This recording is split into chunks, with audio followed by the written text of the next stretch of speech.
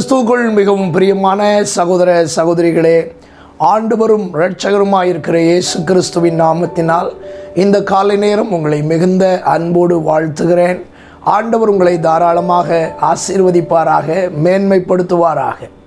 இந்த காலை நேரம் நம்முடைய தியானத்திற்காய் ஆண்டுடைய வேதத்திலிருந்து ஒரு வசனத்தை வாசிக்க கேட்போமா? நீதிமொழிகளின் புஸ்தகம் 10வது அதிகாரம் 27வது வசனம். கர்த்தருக்கு பயப்படுதல் ஆயுசு நாட்களை பெருக பண்ணும், துன்மார்க்கருடைய வருஷங்களோ குறுகிப்போ.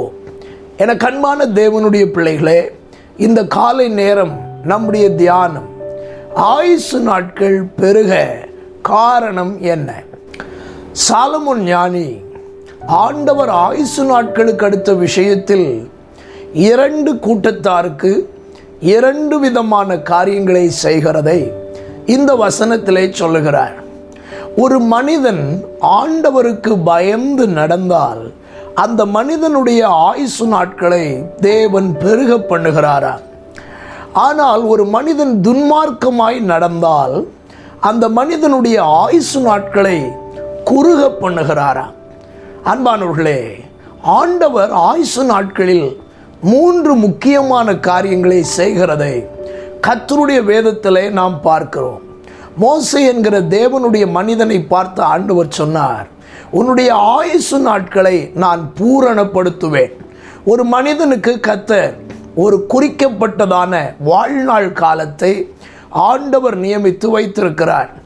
சாலமோன் ஞானி பிரசங்கின் புஸ்தகத்தில் சொல்லுகிறார், அந்த எல்லையை ஒருவரும் தாண்டி போக முடியாதாம். அவர் ஒரு குறிப்பிட்ட எல்லையை வைத்திருக்கிறார்.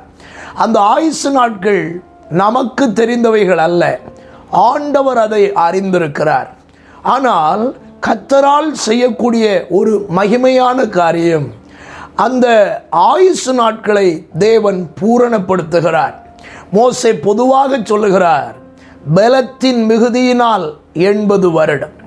அந்த 80 வருடத்தையும் பூரணப்படுத்த வேண்டுமா வேண்டாமா என்று தீர்மானம் பண்ணுவது கர்த்தருடைய கையில் இருக்கிறது. ஆண்டவருக்கு பயந்து ஒரு மனிதன் நடந்தால் அந்த மனிதனுடைய ஆயுசு நாட்களை கர்த்தர் பெருகவும் பண்ணுகிறாராம். ஆனால் துன்மார்க்கமாய் ஒரு மனிதன் நடந்தால் அந்த மனிதனுடைய ஆயுசு நாட்களை குறுகி போக பண்ணுகிறாராம்.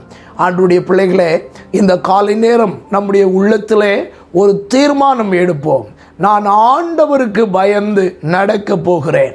ஆண்டவருக்கு பயப்படுகிற மனிதர்கள் எப்படி இருப்பார்கள் என்று வேதம் ஏராளமான அடையாளங்களை சொல்லுகிறது. கர்த்தருக்கு பயப்படுவதினால் மனிதர்கள் தீமையை விட்டு விலகுவார்களாம். எப்பொழுதும் பயந்திருக்கிறவன் பாக்கியவான் என்று வேதத்தில் வாசிக்கிறோம்.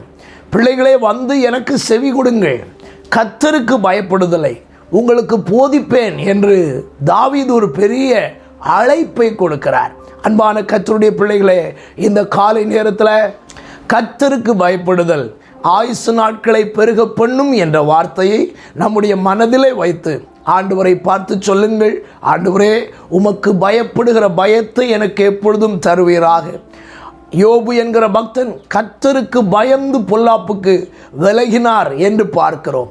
அன்பானவர்களே, நம்முடைய வாழ்க்கையிலும் கர்த்தருக்கு பயப்படுகிற பயம் நம்முடைய வாழ்க்கையில் உண்டாகி நாம் ஒவ்வொரு நாளும் கர்த்தருடைய கிருபையால் வாழ்ந்து தேவன் நமக்கு நியமித்திருக்கிற அந்த மகிமையான ஆயுசு நாட்களை பூரணப்படுத்தவும், தேவைப்படுகிற இடத்திலே நம்முடைய ஆயுசு நாட்களை கர்த்தர் பெருகவும் செய்ய இந்த நாளிலும் கிருபை பாராட்ட அவருடைய முகத்தை நோக்கி பார்ப்போம்.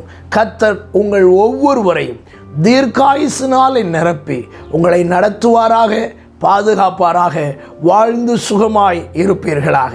நாம் ஜெபிப்போமா?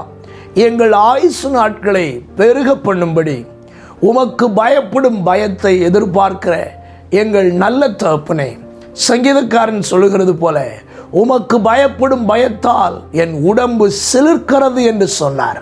ஆண்டவரே, நாங்கள் உமக்கு பயந்து நடக்க வேண்டிய வழிகளிலே நாங்கள் நடக்க எங்களுக்கு கிருபை தாரும். அது எங்கள் ஆயுசு நாட்களை பெருகச் செய்கிறதே.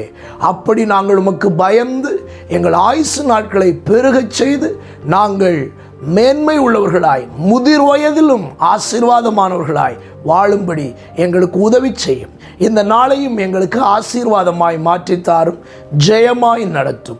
இரட்சகர் இயேசுவின் நாமத்தில் இவைகளை மிகுந்த மனத்தாழ்மையோடு வேண்டிக் கொள்கிறோம் எங்கள் நல்ல பிதாவே, ஆமென்.